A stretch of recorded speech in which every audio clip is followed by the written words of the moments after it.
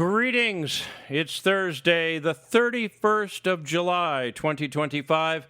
I'm Thomas Caldwell of the Aurelian Column, and this is the Midweek Report.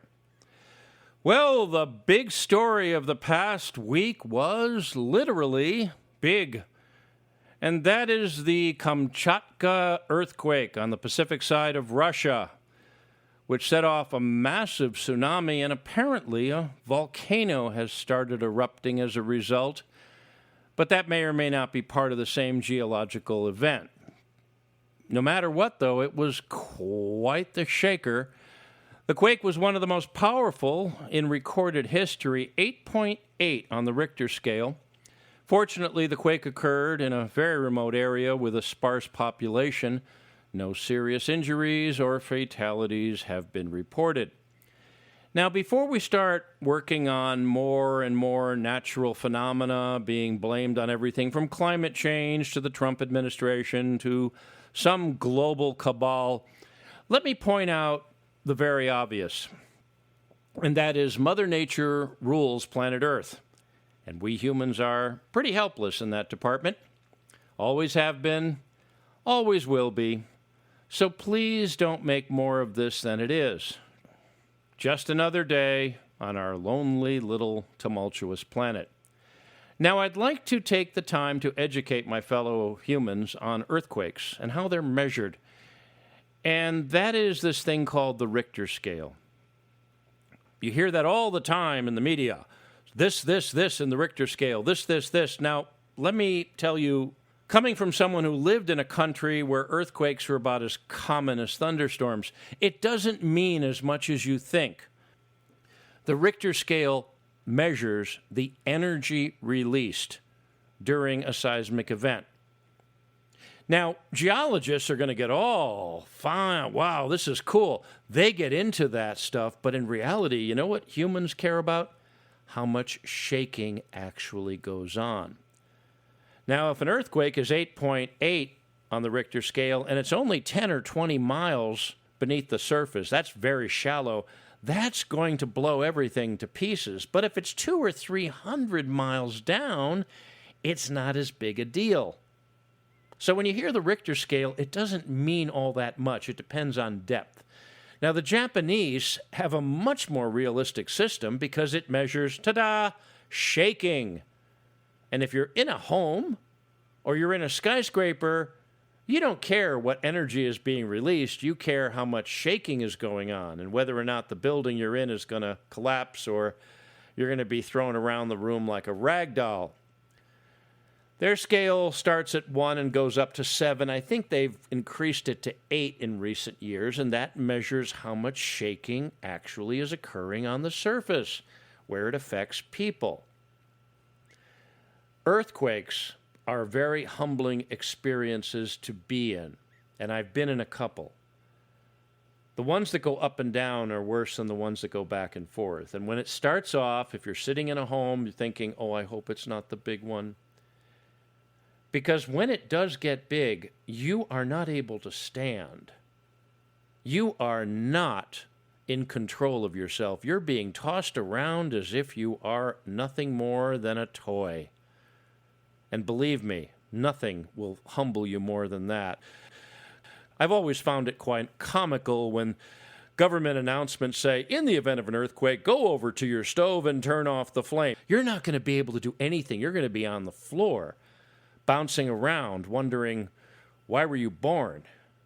It's really, really crazy. So I'd like people to not get so into this Richter scale thing. Geologists find it interesting.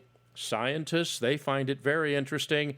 And mainstream reporters looking for ways to get people excited about the end of the world, which has been imminent for thousands of years. But please don't read more into this than there is. At some point, California is going to be obliterated by the San Andreas Fault again. There was a massive earthquake called the Cascadia in 1700, they figured out. And that, if it happens today, would pretty much obliterate the Pacific Northwest. Mother Earth is in charge, ladies and gentlemen. We're at her mercy. Always have been, always will be. So don't worry about what you can't control, and you sure can't control her. Onward to more man-made earthquakes. What on earth is happening to President Trump? Is this the same man we elected back in November? America first? End the war in Ukraine? Normalize relations with Russia, which is very long overdue, by more than a few decades, actually. Bring peace and prosperity to the world. Well, doesn't seem to be happening, does it?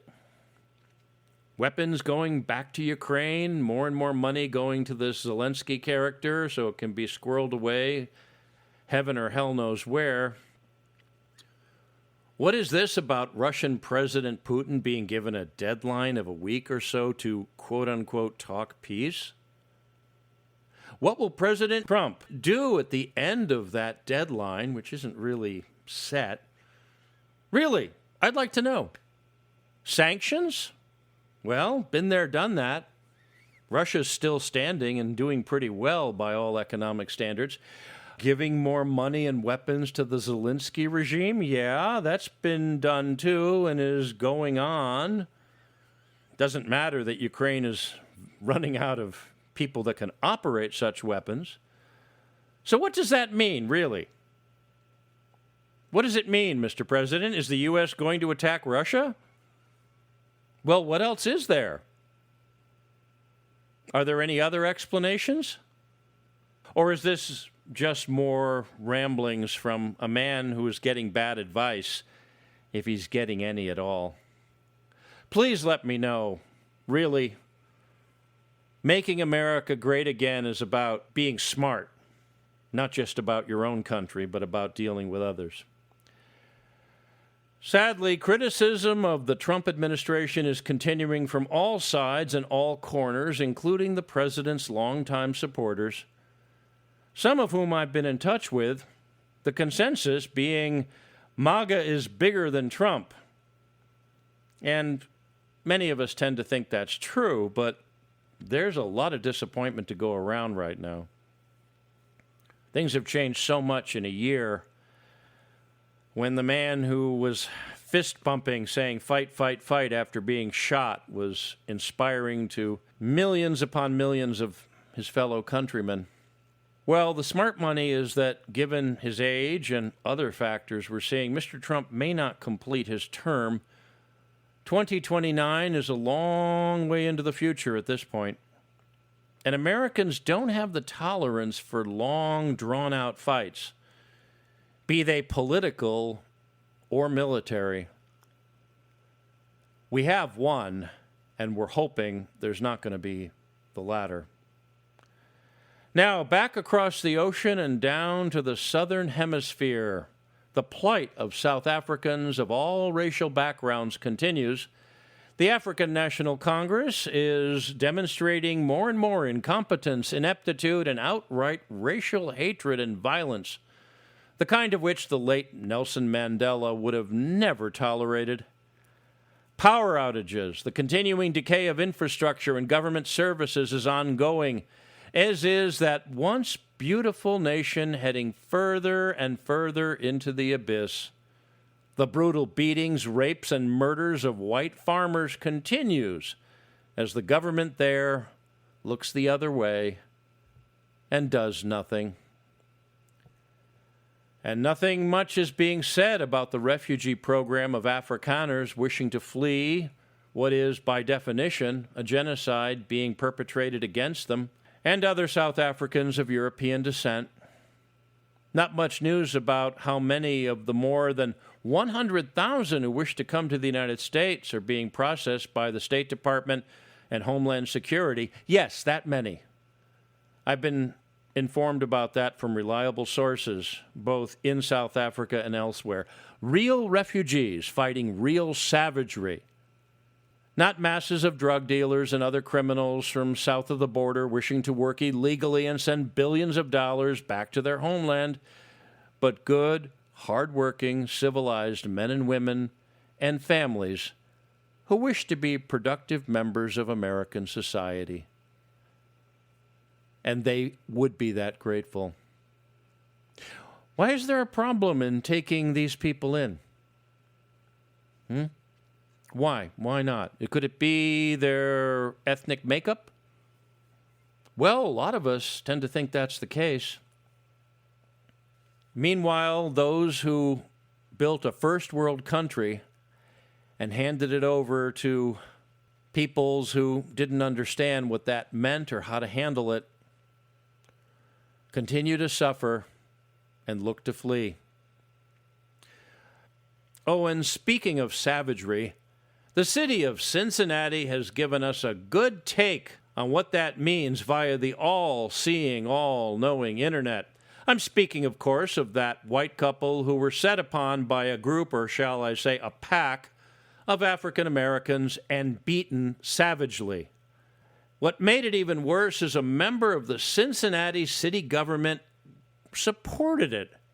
Yes, Councilwoman Victoria Parks. She claimed up on a Facebook post that these white people, quote, begged for a beatdown, unquote. Yeah, right. And I predict nothing's going to happen to her and probably the perpetrators. There are reports that they are out on bail already. Imagine that. Did you see that video? Really, go watch that. Just watch to see what we're dealing with in this country. You're not even dealing with human behavior. You're dealing with something worse. It's been allowed to occur. It's been built up. It's been brainwashed into these people. One of those out on bail actually was already out on bail for another crime. Double bail. Imagine that. You'd think that they would keep the person in jail because they violated their previous bail, but I guess not in Cincinnati. Other cities, too. You'd expect that sort of thing in California. Well, this is waking people up more and more to what has happened to this country. And we need to talk about it. We need to talk about race. And we're going to have to be really honest about it. Now, we have to be fair to the facts and the history. The United States, since the very beginning, since before it was the United States, has always had people of different racial groups here. It really has.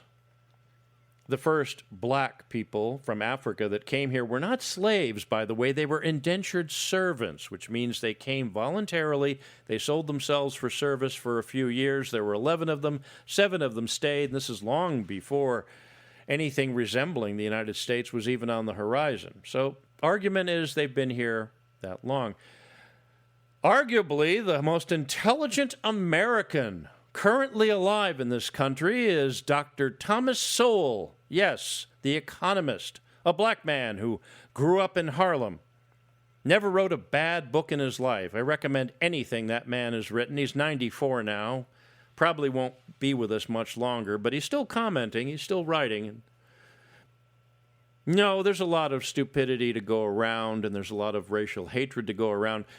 According to Professor Sowell, back at the turn of the century, the early 20th century, the number one high school in the United States was Dunbar High School in Washington, D.C., exclusively populated by African Americans. You had 8-year-olds back then of that ethnicity speaking fluent Greek and Latin. They had PhDs to teach them in elementary school. Back then, everybody, no matter what your racial background, wrote cursive. We had discipline. We had law and order. Oh, and if there was a riot, you know what would happen to the rioters? They'd be shot and killed. You can't have a civilization of any kind without ruthless imposition of law and order. And I mean ruthless. And that only affects people that are violating law and order. At one point, we operated on one thing, meritocracy. If you were smart, you were good. That's why they overturned all the racial laws that prevented different peoples from different jobs.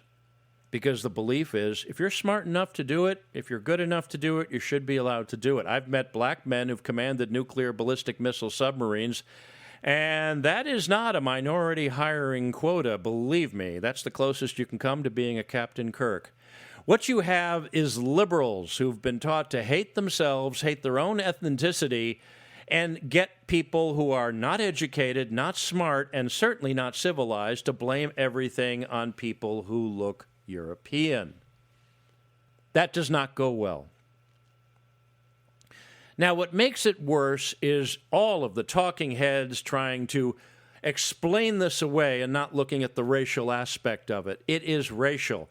But at the same time, you cannot fight savage behavior with intellectual arguments. You have to do it with brute force. Imposition of law is the purpose of government, law and order, preventing this sort of insanity. But you have government people endorsing it? Like Ms. Parks? And this is not the first time this has happened. This has happened elsewhere. We have to start getting brutally real in this country. We can't stop pretending. We can't stop avoiding problems. And we can't stop, most of all, explaining them away or making excuses. What made the United States great back in its history was we didn't tolerate nonsense. Things have not gotten better in recent decades. They've gotten a lot worse. All because concern over people's rights, not the rights of victims, but the rights of the perpetrators. This country is not better for it. And as things continue to slide the way they're sliding, the only thing that's going to stop this is for people to stop being manipulated over racial differences. Race is real. Racial-based communities are real. They always have been. Cultural differences are real. There's nothing wrong with that. But 30, 40, 50 years ago, we got along a lot better racially in this country. We thought after the civil rights movement everything was going to be cool, but look at it now. Do you think Martin Luther King, Malcolm X, or anyone else back then would go along with this sort of insanity? That's back when people wore suits. You had white people who were separatists debating on television with black people wearing ties about their differences of opinion. There's not one person to blame for all this. I've heard people blame President Obama. No. Partially, maybe. Or the Clintons? No. Partially. Academia? No. Partially, though. There's a lot of blame to go around. Just like any war, there are many reasons for it to happen. And unless the United States starts to look very, very realistically at itself, at its demographic makeup, and how to make it work without calling for violence, without setting cities on fire, without playing racial groups off of each other, we are heading for something really bad. And none of us are going to want to see that because none of us will survive it. That's it for today. If you appreciate my work, please like, subscribe, and share. Share with your friends and share with your enemies. No matter what their race, ethnic background, religion, they're probably Americans just like you are. I can be reached at feedback@aureliancolumn.com. That's feedback@aureliancolumn.com. I'm up on X. My handle there is MICCAMPEN. That's MICCAMPEN. This podcast originates at Substack. My handle there is aureliancolumn.substack.com. Until we meet again, be good, be safe, be vigilant, and remember, Clown World, the Deep State, and all the race baiters out there that want to see us at each other's throats must be destroyed. Good day.